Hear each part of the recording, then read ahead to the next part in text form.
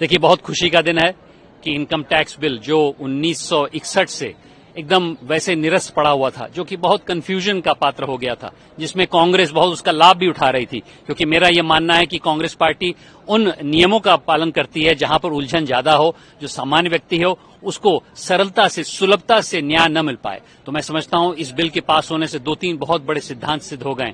एक तो आदरणीय प्रधानमंत्री जी के नेतृत्व में जो आर्थिक न्याय की बात हम करते हैं, हम लोग ने सामाजिक न्याय की बात रखी, हम लोग ने देखा न्याय संहिता ने हम लोग नए विधेयक लाए, लेकिन आज की तारीख में हम लोग आर्थिक न्याय के लिए इस विधेयक को लाए हैं ताकि सुलभ रूप से जनता के बीच में हम लोग अपनी बात को रख सकें। और उसी के साथ साथ विकसित भारत को नया वेग मिला है। आप पूछेंगे कैसे? विकसित भारत को इसलिए वेग मिला है क्योंकि हर व्यक्ति, हर नागरिक, हर किसान, हर महिला, हर युवा, उसको मालूम हो गया है कि अगर हम लोग को आगे बढ़ना है तो सिर्फ सरकार के भरोसे नहीं, सरकार एक जामवंत का किरदार निभाएगी। हम लोग को उन हनुमानों को जगाना है जो इस बिल से जीवंत होंगे।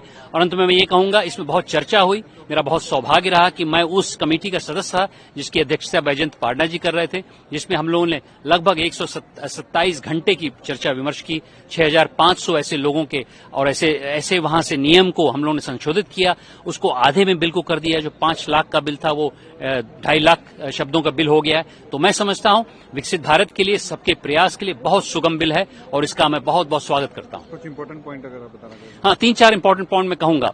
एक तो यह है दोस्तों कि इसमें सिद्धांत ये है इस विधेयक से कि हम लोग अपनी अर्थव्यवस्था में आज की तारीख में लोगों का प्रयास को आगे बढ़ाएं। लोग का प्रयास कब आगे बढ़ता है? जब वो समझते हैं कि मुझे जो कर देना है उससे जनता और जनार्दन का विश्वास होगा। आने वाले पहले समय में कांग्रेस की जो पार्टियां होती थी वो अपने स्वार्थ के लिए, कुछ पूंजीपतियों के लिए काम करती थी। हमारी पार्टी ने बोला है कि जन सामान्य में जो यहाँ का एक तरह से उद्यमी है उसको कैसे आगे बढ़ाया जाए। तो इससे मेरे हिसाब से सबका प्रयास आगे बढ़ेगा, ये बहुत महत्वपूर्ण है। दूसरा, इसमें 2-3 प्रमुख चीजें हैं जिसको संशोधित किया गया है, जैसे कि टैक्स ईयर का नाम दिया गया। पहले असेसमेंट ईयर होता था, प्रीवियस ईयर होता था, और इसमें जो समय सीमा निर्धारित होती थी टैक्स डिपार्टमेंट की, जिसमें काफी उलझने होती है, इसको सुलझाया गया है। उसी के साथ साथ कई ऐसे नियम को प्रतिबद्ध किया गया है कि उसकी क्रम श्रृंखला अलग की गई, क्योंकि करीब 65 साल से ये बिल ऐसे ही पड़ा हुआ था, उसमें कई ऐसी चीजें आ गई थी जिसमें उलझ गया था। और तीसरी, इसको आधुनिकीकरण में डिजिटल से भी जोड़ा गया है, जैसे कि फेसलेस असेसमेंट में कई ऐसी चीजें हैं जो एल्गोरिथम से भी सॉल्व हो सकती हैं।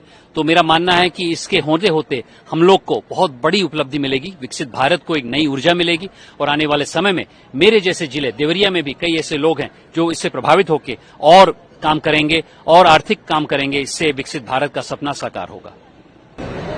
सर, मुनीर ने जो एक भारत विरोधी बात कही कि आधा वर्ल्ड खत्म कर देगा, अपने न्यूक्लियर वो भी कहते, किस तरह से देखते, क्या कहेंगे? अपना आधा देश तो बता नहीं पाए 71 में, आधा विश्व ये समाप्त करेंगे। इनकी न्यूक्लियर ब्लैकमेल हमने पहले भी देखी है, और सिंदूर के पहले भी कुछ इन्होंने षड्यंत्र रचा था।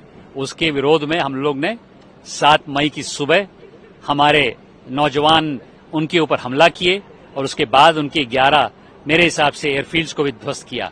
तो मुनीर जी, सुधर जाइए। इस प्रकार के बयान देना न तो आपका कर्तव्य होता है, आप सेना के अधिकारी हैं, आप जाके एक निजी पार्टी में फ्लोरिडा टैंपा में इस प्रकार का बयान दे रहे हैं, और अपने देश में नहीं दे रहे हैं, आप विदेश में जाके दे रहे हैं। इसके लिए पूरा विश्व आपको देख रहा है। इस प्रकार की गीदड़ भक्ति से हम लोग डरते नहीं हैं। मेरे पिताजी मेजर थे उस समय, जब 71 में हमने लड़ाई में हमारी टोली ढाका में गई थी। 1 लाख पाकिस्तानी कैदी हुए थे उस समय, हमने उनको छोड़ा। लेकिन इसका आप लोग ये मत समझिए कि हम लोग इससे डरेंगे आपकी धड़की से। हम लोग उस देश के वासी हैं जिसमें महाराणा प्रताप रहे, जिसमें रानी लक्ष्मीबाई रहे, जिसमें मंगल पांडे रहे। तो आइए, हम लोग दो कर सकते हैं, लेकिन मैं समझता हूं हम लोग को चाहिए शांति, अमन।